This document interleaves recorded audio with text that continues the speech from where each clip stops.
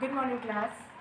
Till now, we have covered the four methods of sampling, that is random sampling, purposive sampling, stratified sampling, systematic sampling. ये चारों हम types of methods of sampling हम cover कर चुके हैं. I hope यहाँ तक सबको clear होगा. Now we have another method of sampling, that is quota sampling. ये जैसे कि ये भी हमें term से समझ आ रहा है. quota का मतलब क्या होता है? Fixed number. कि ऐसी सैम्पलिंग जिसमें हमारा डिसाइडेड है फिक्स नंबर हमने कि कितने सैंपल्स ड्रॉ करने हैं, जो हमारी गिवन पॉपुलेशन है उसमें से हमने कितने person as a sample select करने हैं. जब वो हमारा डिसाइडेड होता है वो मेथड हमारा कहलाता है कोटा सैम्पलिंग. देखो इसमें in this method the population is divided into different groups और classes according to different characteristics of the population. अब इसमें भी हम क्या कहते हैं, जैसे हमने स्ट्रेटा जो हमने स्ट्रेटिफाइड सैम्पलिंग पढ़ा था उसमें हमने देखा था कि अलग हमारी डाइवर्स कैरेक्टरिस्टिक्स की पॉपुलेशन होती है, उसमें से हम होमोजीनियस ग्रुप्स को क्रिएट करते हैं. Same thing we are doing here also कि हम जो हमारी पॉपुलेशन है उसे हमने किस में डिवाइड करना है, डिफरेंट ग्रुप्स में, डिफरेंट क्लासेस में, उनके पॉपुलेशन के कैरेक्टरिस्टिक्स के अकॉर्डिंग. जैसे अगर मैं आपको एग्जांपल दूं, अगर कोई इंटरव्यूअर है वो एक कॉलेज में गया है, उसने वहाँ के बच्चों का इंटरव्यू लेना है, तो आप मान लो 1000 पॉपुलेशन है. उस 1000 पॉपुलेशन में अगर कुछ बच्चे फ्रेशर्स हैं, कुछ बच्चे सीनियर्स हैं, कुछ बच्चे जूनियर्स हैं, 3 कैटेगरी है हमारे पास वहाँ पे स्टूडेंट्स की. अगर वो 1000 की स्ट्रेंथ है पूरे कॉलेज की, तो अब हम क्या करेंगे, डिवाइड करेंगे इसको कि हाँ जितना portion you can take care. मान लो ये 1000 स्टूडेंट्स हैं, 3 टाइप की पॉपुलेशन है हमारे पास, कुछ सीनियर्स हैं, कुछ जूनियर्स हैं और कुछ फ्रेशर्स हैं. तो जब हम कोटा सैम्पलिंग की बात करते हैं, सबसे पहले हमने क्या करना है, इस पूरी पॉपुलेशन को उनके डिफरेंट कैरेक्टरिस्टिक्स के अकॉर्डिंग हमें उनके ग्रुप्स बनाने हैं. Some quota of the items to be selected as sample. कुछ आइटम्स इसमें से हमने एज अ सैंपल चूज करनी है. Is fix for each group, कि हमने पहले से ही फिक्स कर रखा है कि हाँ हमने इतने पर्सन इसमें से एज अ सैंपल लेने हैं. अब जैसे मान लो 1000 की स्ट्रेंथ है, उसमें 500 सीनियर्स हैं, 300 जूनियर्स हैं और 200 फ्रेशर्स हैं. तो हमने अगर यहाँ पे 100 एज अ सैंपल लेना है, तो अब हम क्या करेंगे, यहाँ पे हमने चूज किया है 50. हमने पहले ही डिसाइड कर रखा है कि 50 हमने सीनियर लेने हैं, 30 हमने जूनियर्स लेने हैं और 20 हमने फ्रेशर लेने हैं. तो क्या कह रहा है, जब हमारा सैम्पलिंग कि जितना हमने सैंपल ड्रॉ करना है वो हमारा पहले से ही फिक्स्ड होता है, उस मेथड को हम कहते हैं कोटा सैम्पलिंग. आप इसमें और भी एग्जाम्पल ले सकते हो.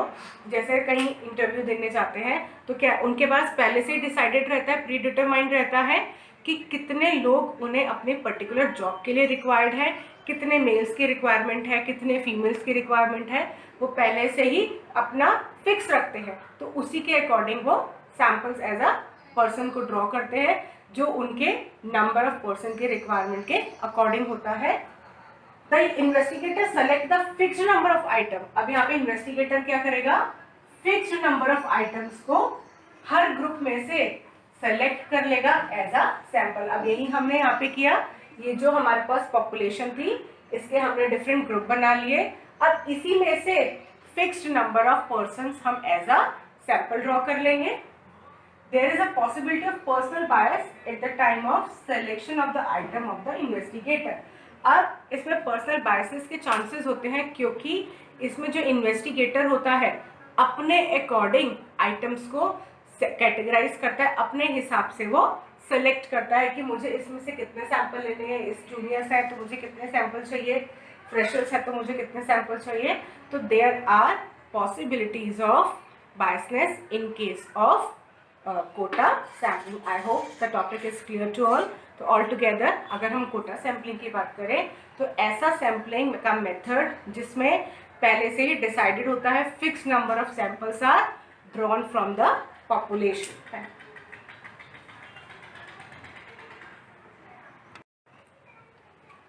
now we have last method of sampling which is convenience sampling. जैसा कि ये भी हमें टर्म से ही समझ में आ रहा है, ऐसी सैम्पलिंग जो इन्वेस्टिगेटर के कन्वीनियंस के अकॉर्डिंग हो, जिसमें वो कन्वीनियंट हो, उसे लगता हो कि हाँ मेरे लिए आसान है ऐसे सैंपल्स ड्रॉ करना, वो मेथड हमारा कहलाता है कन्वीनियंस सैम्पलिंग. देखो इसमें, in this method sampling is done by the investigator in such a manner that suits his convenience.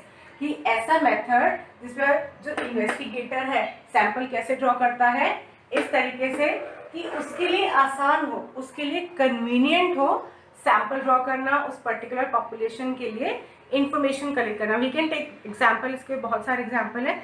जैसे स्कूल का प्रोस्पेक्टस होता है, हमने लोगों से बात करी, ना हम स्कूल विजिट करने गए, हमने क्या देखा, एक प्रोस्पेक्टस देखा, उससे हमें आइडिया लग गया कि टीचर्स कैसे हैं, उनकी क्वालिफिकेशन क्या है, कौन सा सब्जेक्ट पढ़ाते हैं, स्कूल की स्ट्रेंथ क्या है, स्कूल में क्या क्या एक्टिविटीज़ होती हैं, उनका रिजल्ट क्या है.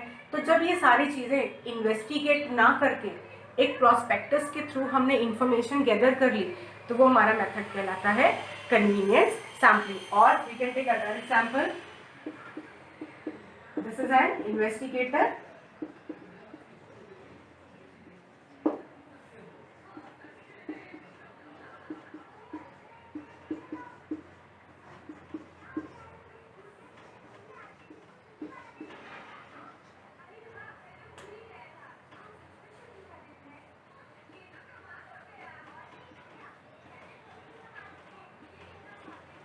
अब क्या कर रहा है, ये हमारी टोटल पॉपुलेशन है.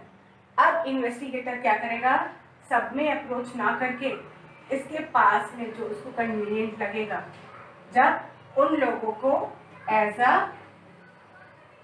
सैंपल चूज कर लेगा, तो वो मेथड हमारा कहलाएगा कन्वीनियंस सैम्पलिंग. जैसे अगर हमने कोई प्रोडक्ट लॉन्च करना है, हमने क्या किया, हम और बाहर नहीं गए, हमारे पास में ग्रोसरी शॉप थी, वहाँ पे जितने लोग आते हैं वहाँ बाहर खड़े हो गए, हमने वहाँ से उनसे बात करके डेटा कलेक्ट कर लिया, या किसी मॉल के बाहर जाके हमने लोगों से पूछ लिया, तो हमारे कन्वीनियंस के अकॉर्डिंग था, तो जिससे हमें इंफॉर्मेशन भी मिल जाती है और हमारे लिए आसान भी होता है डेटा कलेक्ट करना. वो मेथड हमारा कहलाता है convenience sampling. Simplest and least expensive method. Simple है ये मेथड, और इसमें एक्सपेंसेस भी नहीं होते. आप सिर्फ प्रोस्पेक्टस देख के स्कूल के बारे में डेटा कलेक्ट कर रहे हो, इन्फॉर्मेशन कलेक्ट कर रहे हो, तो it will be your least expensive and simple method, but unscientific and unreliable. But वो डेटा कैसा होगा, अनसाइंटिफिक होगा, अनरिलायबल होगा, क्योंकि हमने कंप्लीट पॉपुलेशन से तो बात ही नहीं करी. जितने लोग हमें दिखे, जितना हमें कन्वीनियंट हुआ, हमने उनसे बात कर ली, तो we are not getting the complete information of the population. So we have covered all the methods of sampling. I hope all the methods are clear to everyone.